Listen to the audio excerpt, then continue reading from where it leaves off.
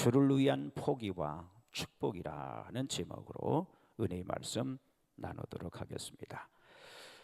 주님을 따르는 우리 신자들에게는요, 여러 가지 용기가 필요하게 됩니다. 죄를 끊는 용기, 버리는 용기, 주를 위해 바치는 용기, 마귀, 귀신 유혹을 물리치는 용기 등이 있어요. 그 중에서도 주님을 위해 버릴 수 있는 용기, 이 포기의 용기가 무엇보다도 중요하고 필요한 줄 믿습니다. 신앙의 훈련은 하나의 버림의 훈련이라 그렇게 말할 수가 있습니다. 하나님은 큰 복을 예비하고 내려주시기 전에 포기하고 버리는 훈련을 먼저 실시하십니다. 이 버리는 훈련에 합격하지 못하면 하나님의 큰 것을 얻을 수도 없고 큰 축복을 받을 수가 없어요. 세상 것을 버릴 수 있을 때에 하루에 신령한 축복이 주어지는 것입니다. 일시적인 쾌락을 버릴 수 있는 자에게 영원한 복락의 기쁨을 맛보게 해 주시는 거죠. 그러므로 오늘 본문 누가복음 18장 29절 30절에 보면 같이 읽습니다. 시작. 하나님의 나라를 위하여 집이나 아내나 형제나 부모나 자녀를 버리는 자는 금세에서 여러 배를 받고 내세에 영생을 받지 못할 자가 없느니라 라고 우리 주님이, 예수님께서 말씀하셨습니다.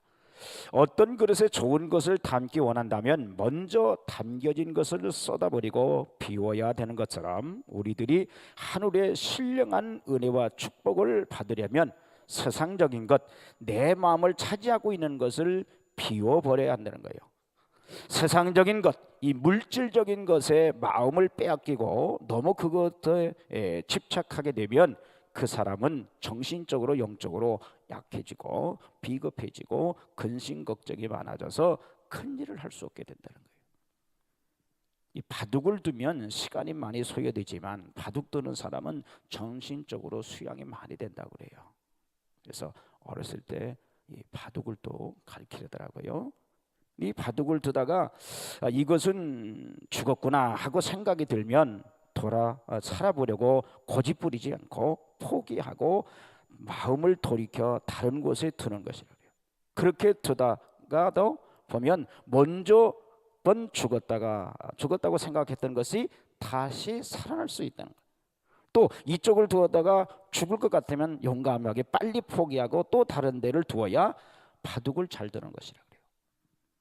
더욱이 신앙생활하는 애는요, 버리는 연습을 잘 해야 승리할 수가 있습니다. 예수님께서 귀한 12제자를 택하실 때도 보신 그 시험이 뭐냐면 나를 따르라 라고 할 때 부모, 형제, 재산, 직업이라도 버릴 수 있는 용기가 있는지를 시험해 보셨어요. 그럴 때 다 버리고 다른 사람은 비록 불황부식한 어부였지만 베드로 같은 사람은 수제자가 되죠. 그러나 공부를 많이 한 청년은 예수님께서 내 재산을 팔아 가난한 사람들에게 나눠주고 나를 쫓으라고 할 때 머리를 극적극적하면서 되돌아갔어요. 예수님의 제자가 못됐어요.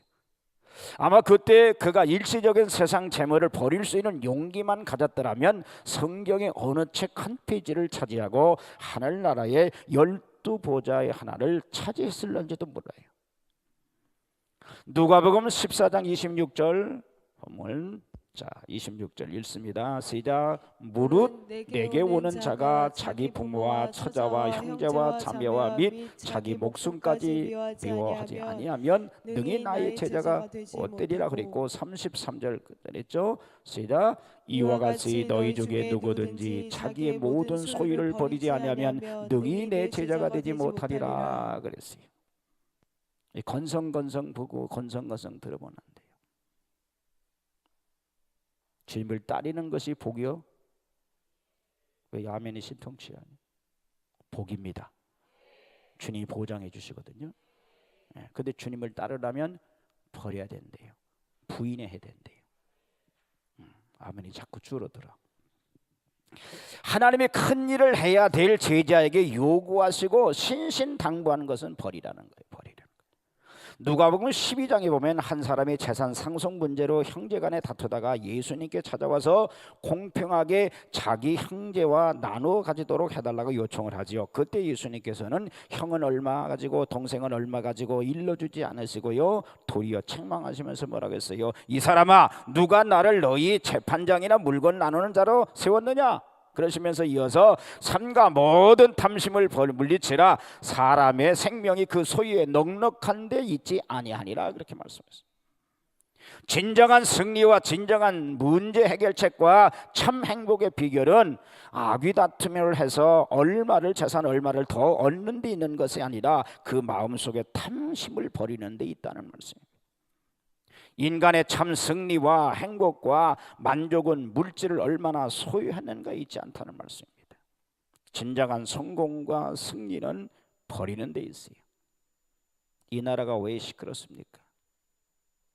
권력을 가지고 자기 부를 채웠기 때문이 아니에요. 참 아픔이야, 아픔.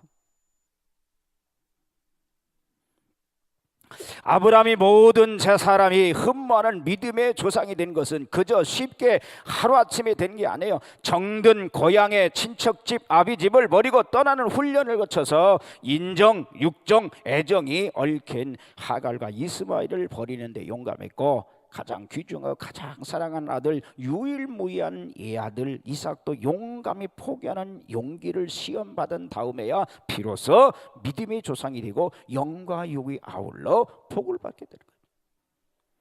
모세가 이스라엘 백성이 가장 숭배하는 3대 인물 중에 하나가 된 것은 그가 버리기 어려운 것을 용감히 포기했기 때문입니다.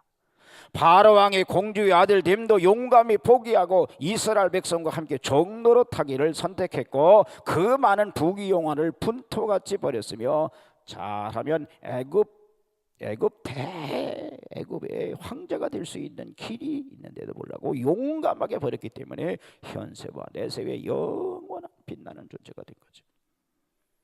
청년 요셉은 불타는 청춘의 정욕으로 그 정욕을 거절하기 참으로 힘든 미모의 애굽의 여인의 노골적인 유혹과 육탄 공세를 용감히 뿌리쳤기 때문에 대애굽의 총리 대신이 될 수 있었던 거죠.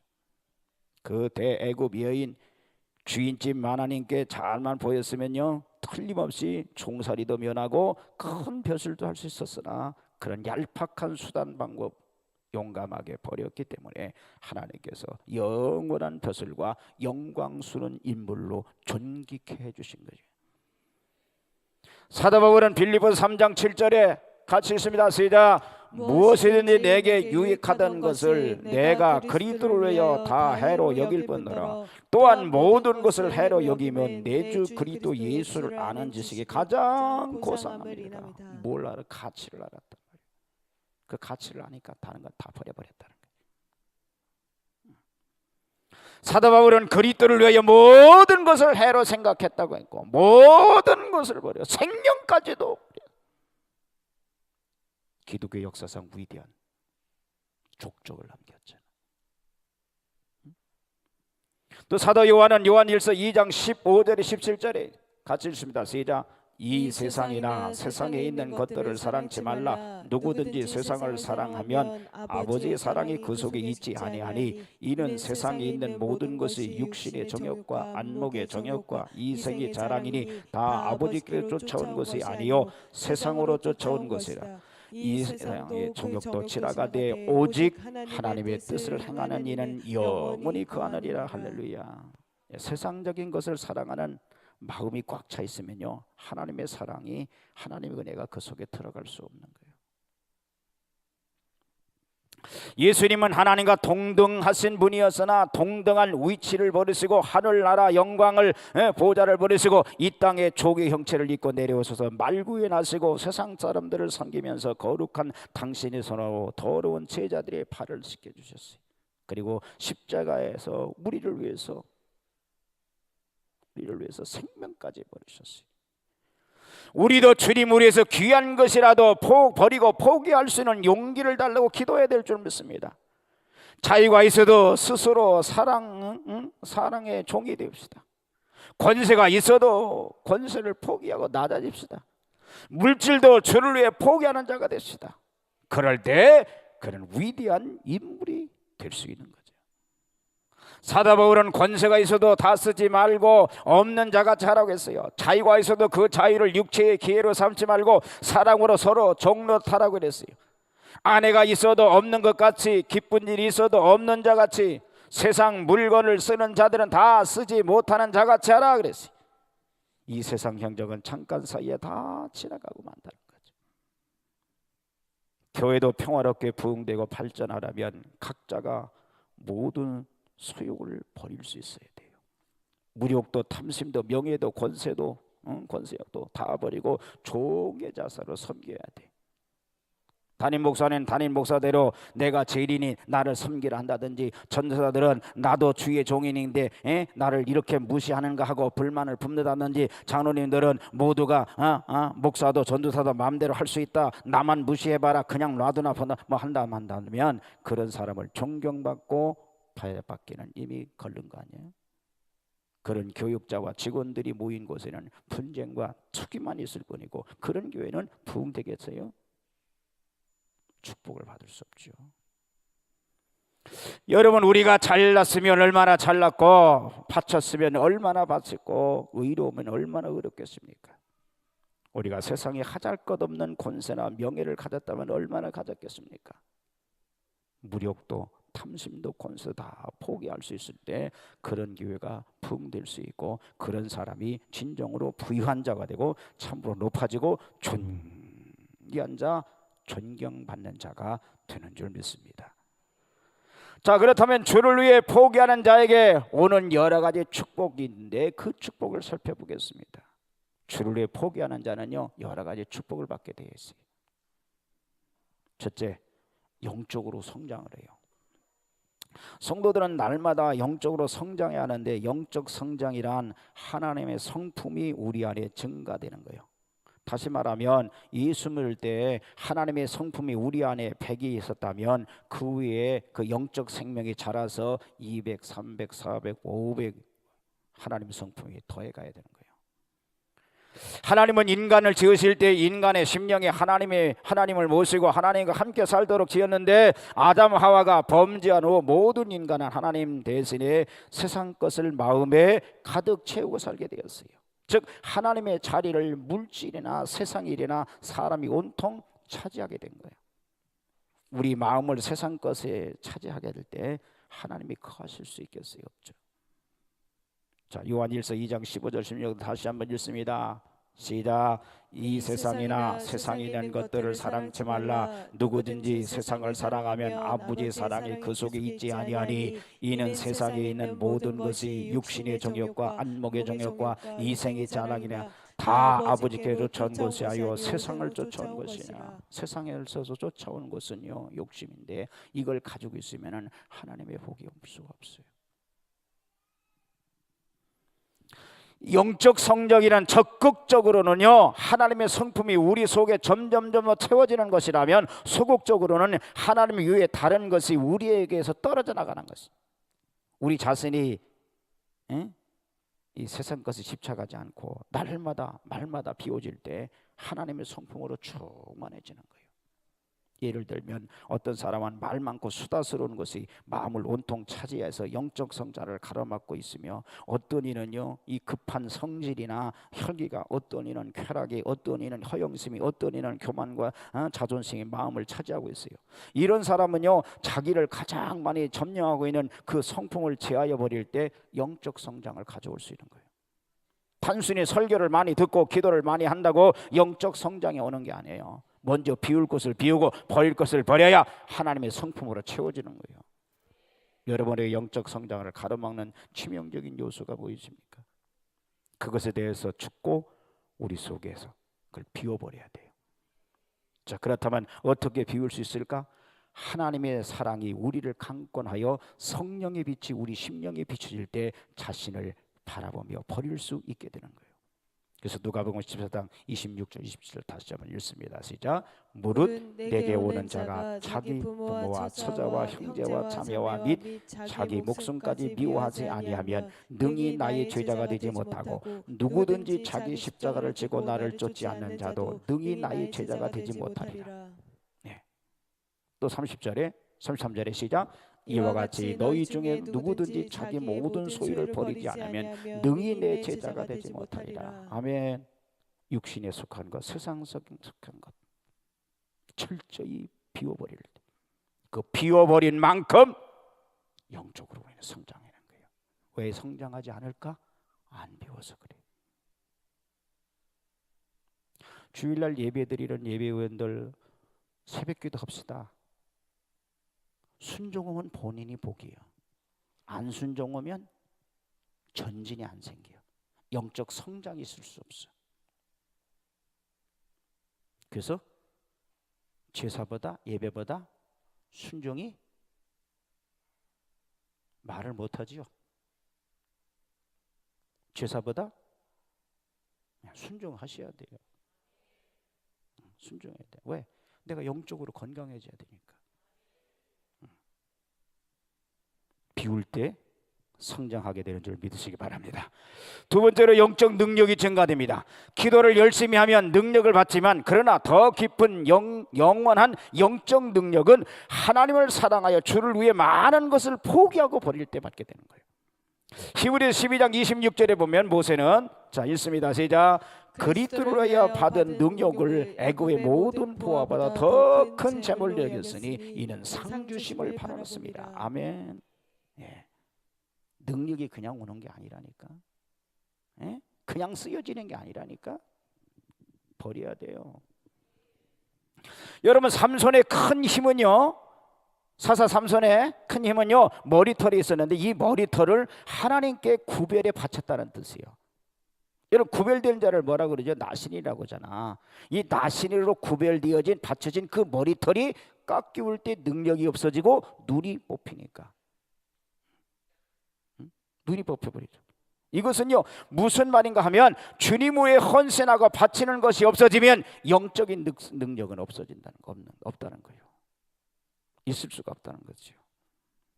많은 하나님의 자녀들이 혹은 목사, 부흥사들이 처음에는 주를 위해서 헌신해서 하나님께서 영예를 주시고 물질도 주시는데 나중에 그 물질과 명예에 사로잡혀서 영적인 능력을 잃어버리고 수치스러운 생활하는 것을 볼 수가 있어요. 야, 옛날엔 참 잘 나갔는데 근데 왜 지금은 못 나가? 더 잘 나가야지. 응? 여러분이 앞으로 높아지고 부자가 되더라도 거기에 사로잡히지 마세요. 명예도 재물도 버릴 수 있는 용기, 이런 용기를 가지시는 여러분들 되기를 축복합니다. 그래 능력이 나타나는 거예요. 세 번째는 영안이 밝아져요. 마태복음 6장 21절에 34절을 보면 자 같이 읽습니다. 시작. 내 보물이 있는 곳에 내 마음도 있느니라. 눈은 몸의 등불이니 그러므로 내 눈이 성하면 온몸이 밝을 것이요 눈이 나쁘면 온몸이 어두울 것이니 그러므로 내게 있는 빛이 어두우면 그 어두움이 얼마나 하겠느냐. 한 사람이 두 주인을 섬기지 못할 것이니 혹 이를 미워하며 저를 사랑하거나 혹 이를 중히 여기며 저를 경히 여김이라. 너희가 하나님과 재물을 겸하여 섬기지 못하느냐.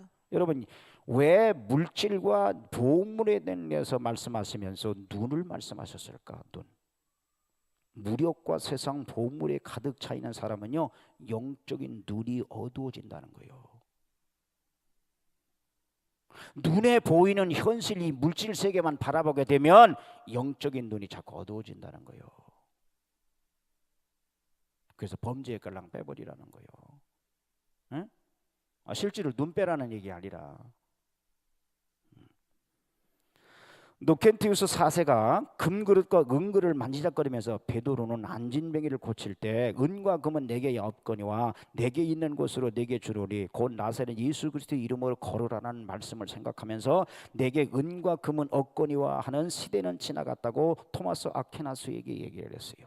그때 이 토마스 아퀴나스는 그 말을 받아서 대답하기를 옳습니다. 내게 은과 금은 없거니와 하는 시대도 지나갔지만 나사렛 예수 이름으로 일어나 걸으라 하는 능력의 시대도 따라서 지나가 버리고 말았습니다 라고 말했다는 거죠. 에머스라는 사람은 사람이 만일 땅을 소유하면 그 땅도 그 사람을 소유하게 될 것이라고 그랬어요. 여러분 누구나 사람은요 재물이 있는 곳에는요 마음이 자연적으로 영혼스럽게 가게 돼 있어요. 물질 쓰는 사람 없어요. 그러나 물질에 매료되면요, 영혼은 자꾸 닫혀진단 말이에요. 어두워져 간다는 거예요. 위경 토피트 편에 보면 영의 눈을 건강하게 하는 방법이 뭐냐? 아끼지 않고 구제하는 것이라, 나누는 것이라고 그랬어요. 물질에 매료되지, 물질을 버리라는 거 있다. 다시 말하면은 무용을 지자는 게 아니야. 필요해요, 인간이 살아가는데. 근데 거기에 매료되면 안 된단 말이에요. 응? 그러니까 오늘날 교회 생활도 신앙생활도 뭐냐면, 교회 다녀서 부자 되고 싶은 이런 인간의 욕망을 가진 사람들은 이 영적인 눈이 자꾸 어두워져요. 그래서 결국은 끝까지 못 가. 왜? 자기가 소유하고 원했던 걸 얻고 나면요, 빠이빠이 합니다. 빠이빠이. 오늘 한국 교회가 그런 거예요. 영의 눈이 닫히는 거예요. 그래서 물질과 겸하여 섬길 수 없어요. 내려놓아야 돼요. 그래야 영안이 밝아지는 줄 믿으시기 바랍니다. 네 번째로, 버리면 어떡하냐? 하나님은 버린 것에 배를 받게 하신다고 그랬어요. 자, 누가복음 18장 29절 30절 다시 봅니다. 시작. 내가 진실로 너에게 이르노니 하나님 나라를 위하여 집이나 아내나 형제나 부모나 자녀를 버린 자는 금세에서 여러 배를 받고 내세의 영생을 받지 못할 자가 없느니라. 아멘. 주님을 위해서 물질을 버리면 이 세상에서도 여러 배를 받게 되는 때가 분명히 오고, 명예와 권세를 버리면 더 높은 차원에서의 더 크게 되고, 자기를 버릴 때 참된 자기를 얻게 된다는 거죠. 바울은 그것을 알았기 때문에 나는 날마다 자기를 버린다고 그랬어요. 왜? 버리면 주님이 역사하거든. 주님이 높여주거든. 할렐루야. 어떤 목사님의 간증이에요. 이분이 어느 회사 사장님 댁에 주택을 받아 갔다 합니다. 사업이 아주 잘 되어서 참 기뻐하는 것을 봤다는 거죠. 그런데 그 회사에는 기사 한 분이 우리 사장님은요 축복을 받게끔 되어 있습니다 라고 말하더라는 거예요. 그 얘기를 들어보니까 그 사장님의 아버님이 수만석의 부자였는데 공산당에게 완전히 몰수를 당해서 망하고 이남으로 넘어가 사는데, 그전처럼 부자는 되지 못했지만은 웬만큼 농토를 가지고 살다가 세상을 떠났을 때에 아들 넷이 있었는데 그 아들들에게 재산을 나눠주지 않고 시골 교회, 이 교회 짓는데 몽땅 바쳤다는 거예요.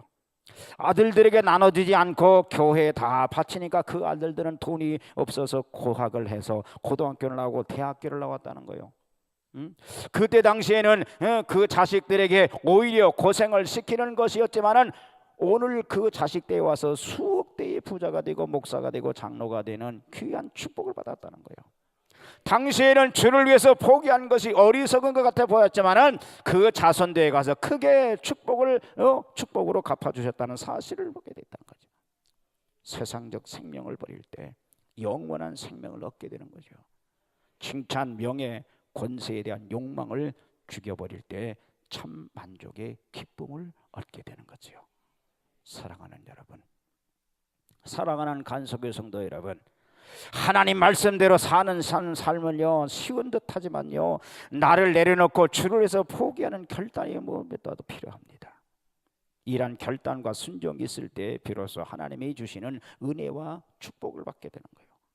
주를 위해 나의 자아와 자존심을 포기할 수 있는 여러분들 다 되시기를 주님의 이름으로 축복합니다. 여러분, 자식이 우상이신 분들 계십니까? 그 자식을 하나님께 내려놓으세요. 응? 아브라함 물질에 대해서 하나님께서 시험하실 것이 없는 믿음의 사람에서요, 그런 그에게 하나님께서 독자를 바치라는 명령을 하셨죠. 그에게 무엇이 우상인지를 그는 알으셨어요. 주님은 마찬가지예요. 우리의 삶의 우상이 무엇인지를 하나님은 다 아세요. 그것을 주님께 결단하고 내려놓을 수 있는 여러분들 다 되셔요. 아멘. 왜? 하나님이 예비된 복은 엄청나거든.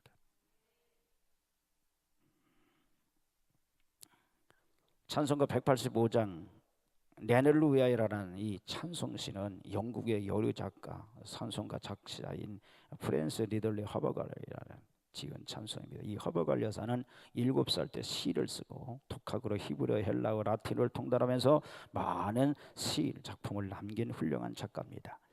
그가 1858년에 휴양차 르셀도르프에 있는 한 독일 친구의 집에 머물고 있었는데 그 집에 있던 그림 중 하나가 허버갈의 눈에 띄게 됐고요. 그 그림은 예수님께서 머리에 가시관을 쓰시고 피를 흘리고 계신 그림이었는데 에켓 호모, 이 사람을 보라라는 제목이 붙어 있었어요. 그리고 그 밑에는 나는 너를 위해 내 생명을 주었는데 너는 나를 위해 무엇을 했느냐라고 쓰여 있었습니다. 이 그림을 본 하바갈은 커다란 충격을 받아요. 자신도 모르게 뺨에서 눈물이 흐르고 있었어요. 이 글귀를 적어가지고 자기 방으로 들어온 그녀는 눈을 감고 묵상하는 중에 내 너를 위하여라는 찬송시를 짓게 됩니다. 그날 저녁 하바갈은 벽난로 앞에 앉아서 그 찬송시를 다시 읽다가 어쩐지 서투른 시 같아서 썩 마음에 들지 않게 생각이 되어서 그것을 구겨서 벽난로에 던져버렸어요. 그 순간 굴뚝에서 바람이 거꾸로 불어내려와서 그 종이를 밖으로 튀쳐나오게 했어요. 그때 하바갈은 태우지 말고 도로 주어라는 음성이 자기 귀에 들리는 것 같아요. 하바갈은 가장자리만 약간 그을린 그 종이를 다시 주워가지고 깨끗하게 옮겨 적습니다. 그리고 다음날 정기적으로 방문하던 양로원을 찾아간 그녀는 그들에게 자기가 지은 찬송시를 읽어줘요.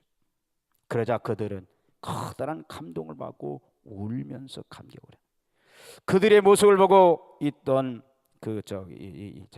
하바갈은 은혜를 받고 집으로 돌아와서 나머지 구절을 채워놓고 그렇게 해서 이 은혜로운 찬송시가 탄생됐던 겁니다. 내 너를 위하여 몸버려 피 흘려 내 죄를 속하여 살 길을 주었다. 너 위에 몸을 주건만 날 무엇 주느냐. 너 위에 몸을 주건만 날 무엇 주느냐. 이 찬송곡 세크리피스 파이스의 희생 제물은요, 하바갈의 찬송시의 깊은 감동을 받은 필립 홀 볼리스가 작곡을 합니다. 한없는 용서와 참사랑 가지고 세상에 내려와 값없이 주었다. 이것이 귀중하건만 날 무엇 주느냐. 이것이 귀중하건만 날 무엇 주느냐. 주님은 나를 위해 모든 것을 포기하여 나와 여러분들에게 영원한 생명, 영원한 하나님 나라를 우리에게 주물러 주셨어요. 근데 나는 무엇을 주님을 위해서 포기하고 있습니까? 나는 아무쪼록 죄를 위해 포기하는 자가 받는 축복이 있습니다. 이 축복을 모두 받아 누릴 수 있는 저와 여러분 다 되어지기를 주님의 이름으로 간절히 축복합니다. 자, 신앙생활은 복 받으려고 하는 거예요. 네. 그러나 육신적인 제한된 복이 아니야. 영원한 복. 그래서 주님이 오가는 게 뭐예요? 버리라는 거예요. 아직도 못 버리고 있는 것이 무엇인가를 생각하시면서 끄집어내서 하나님 앞에 내려놓고 하나님이 주시고자 하는 복을 받아 누릴 수 있는 내가 되게 해달라고 우리 두 손 드시고 눈 감고 함께 주여 삼창하시고 통성으로 기도합니다. 주여 주여 주여.